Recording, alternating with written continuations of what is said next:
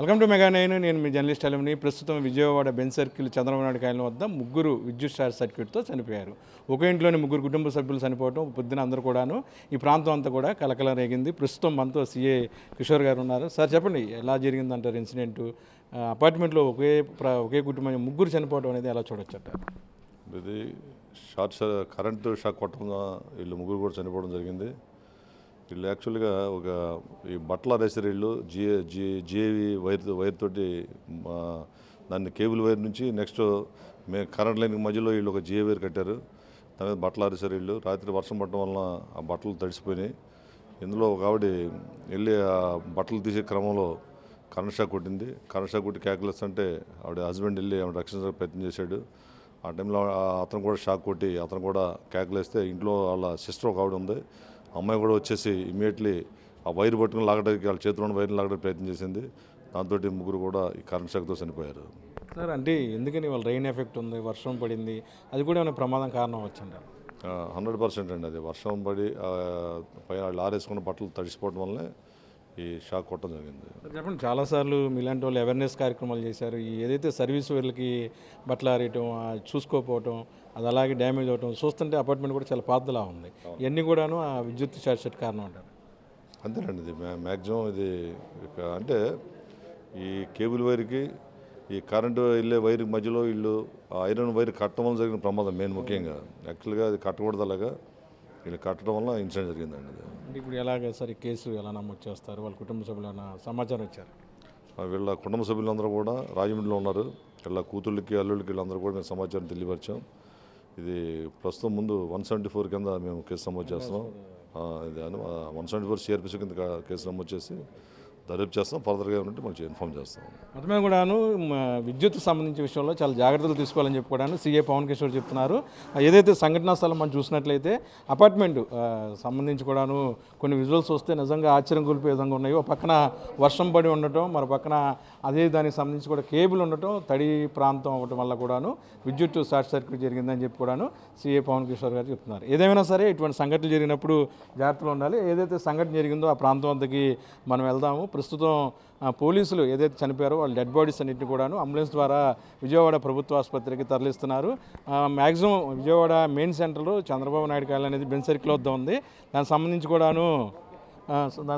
కూడాను ఏదైతే ఈ ప్రాంతం అంతా కూడాను రోడ్డు ఎండకి ప్రాంతం ఉంటుంది. చంద్రబాబు నాయుడు కాలనీ చాలా పాతకాలం, అలాగే అపార్ట్మెంట్ కూడాను చాలా రోజుల కిందగా కన్స్ట్రక్షన్ జరిగినట్టుగా ఉంది. అయితే మొత్తం మీద కూడా ఎవరైతే ఇంట్లో ఉంటున్నారో రాజమండ్రికి చెందిన వారు ముగ్గురు సంబంధించి కూడా చనిపోవటము, అలాగే అపార్ట్మెంట్ ఖాళీ చేయమని చెప్పేసి వారికి ఒక లీగల్ నోటీస్ కూడా అంటించి ఉండటం పట్ల కొద్దిగా సంఘటన అనేది అనుమానాస్పదం ఉంది. కానీ అటువంటివన్నీ కూడా లేవని చెప్పేసి పోలీసులు కొట్టిపారుస్తున్నారు. మొత్తం మీద కూడాను విజయవాడలో వర్షం పడినప్పుడు ఏదో ఒక ఇన్సిడెంట్లు జరిగే పరిస్థితి ఉంది. కాకపోతే ప్రతి ఒక్కరు కూడాను కేబుల్కి సంబంధించిన వైర్ విషయంలో కావచ్చు, తర్వాత కరెంటు వైర్ల విషయంలో కావచ్చు జాగ్రత్తలు తీసుకోవాల్సిన అవసరం అయితే ఉన్నట్లుగా పోలీసులు చెప్తున్నారు. దీనికి సంబంధించి చాలా అవేర్నెస్ కార్యక్రమాలు చాలామంది చేస్తున్నారు. చాలామంది చాలా మూర్ఖంగా కూడాను కేబుల్ వైర్లకి, కరెంటు వైర్లకు కూడాను బట్టలు ఆరేసే వైర్లన్నీ కూడా లింక్ పెట్టి చేసే పరిస్థితి ఉంది. నిజంగా సంఘటన చూస్తే చాలా హృదయ విదారకంగా ఉంది. కంటిన్యూగా ఒకే ఇంట్లో ముగ్గురు చనిపోవడం అనేది నిజంగా విషాదకరమైన సంఘటన. దీని మీద స్థానికంగా ఉన్న ఎమ్మెల్యే గద్దె రామ్మోహన్ స్పందించారు. ఆయన సంఘటనా స్థలానికి వచ్చి బాధితుల వివరాలు అడిగి తెలుసుకున్నారు. అలాగే ఎన్టీఆర్ జిల్లా వైసీపీ అధ్యక్షుడు దేవినేని అవినాష్ కూడా కొద్దిసేపటికి ఈ ప్రాంతం వద్ద రావడం జరిగింది. ప్రస్తుతం అయితే క్లూస్ టీం అంతా కూడాను సంఘటనా స్థలానికి సంబంధించినంత వివరాలు సేకరిస్తున్నారు. స్థానికంగా ఉన్న పోలీసులు ఈ ప్రాంతంలో ఉన్నారు. అలాగే విద్యుత్ శాఖకు సంబంధించిన వాళ్ళు కూడా ఉన్నారు. ఇది అండర్గ్రౌండ్ ఏదో సెల్లార్కి సంబంధించి సెల్లార్లో నిర్మాణాలు కట్టకూడదు అని చెప్పి కూడాను చాలా నిబంధనలు ఉన్నా సరే ప్రస్తుతం ఉన్న పరిస్థితుల్లో సెల్లార్లో నిర్మాణాలు జరగటం, వాటికి సంబంధించి కూడా సరిగ్గా టౌన్ ప్లానింగ్ విధానాలు పట్టించుకోవడం వల్ల కూడా ప్రమాదాలు జరుగుతున్నాయి. చిన్నపాటి వర్షాలకు కూడాను ఆ పరిస్థితి ఇబ్బందికరంగా మారే పరిస్థితి ఉంది. ఏదైతే ఇక్కడ అండర్గ్రౌండ్ డ్రైనేజీ సంబంధించి పైనుంచి వస్తున్న వాటర్ లీక్ అవుతుంది. దీనికి సంబంధించి ఒక కేబుల్ కూడా ఐరన్ ఏలాడే పరిస్థితి మీరు చూడవచ్చు.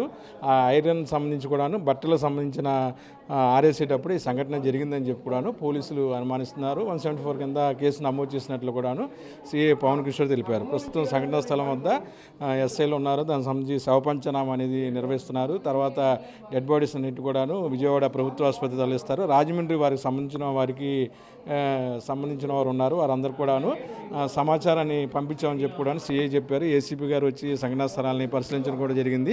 ఏదేమైనా సరే ఇటువంటి సంఘటనలు జరిగే పరిస్థితి ఉన్నప్పుడు, వర్షాలు పడినప్పుడు కూడాను పలు జాగ్రత్తలు తీసుకోవాల్సిన పరిస్థితి అయితే చాలా క్షుణ్ణంగా కనిపిస్తుంది. మొత్తం మీద కూడాను ఉదయమే ఈ సంఘటన జరగడంతో అందరూ కొద్దిగా అవాక్కయ్యారని చెప్పొచ్చు. సంఘటనా స్థలం వద్ద ఆ పరిస్థితి చూసి కూడా కొంచెం షాక్ అయ్యారు. ఎందుకంటే ఒకే కుటుంబానికి చెందిన ముగ్గురు వరుసగా చనిపోవడం అనేది నిజంగా విషాదాన్ని కలిగించే అంశం అని కూడా చెప్పవచ్చు. ఈ సంఘటన సంబంధించి కూడా ఇప్పుడే అన్ని ప్రభుత్వ అధికారులందరూ కూడాను సమాచారం అందించారు. వారందరూ కూడా ఒక్కొక్కరుగా వస్తున్న పరిస్థితి అయితే కనిపిస్తుంది. ఓవరాల్గా కూడాను సంఘటనకు సంబంధించి కుటుంబ సభ్యులకి సమాచారం అందించామని చెప్పి చెప్పడం జరిగింది.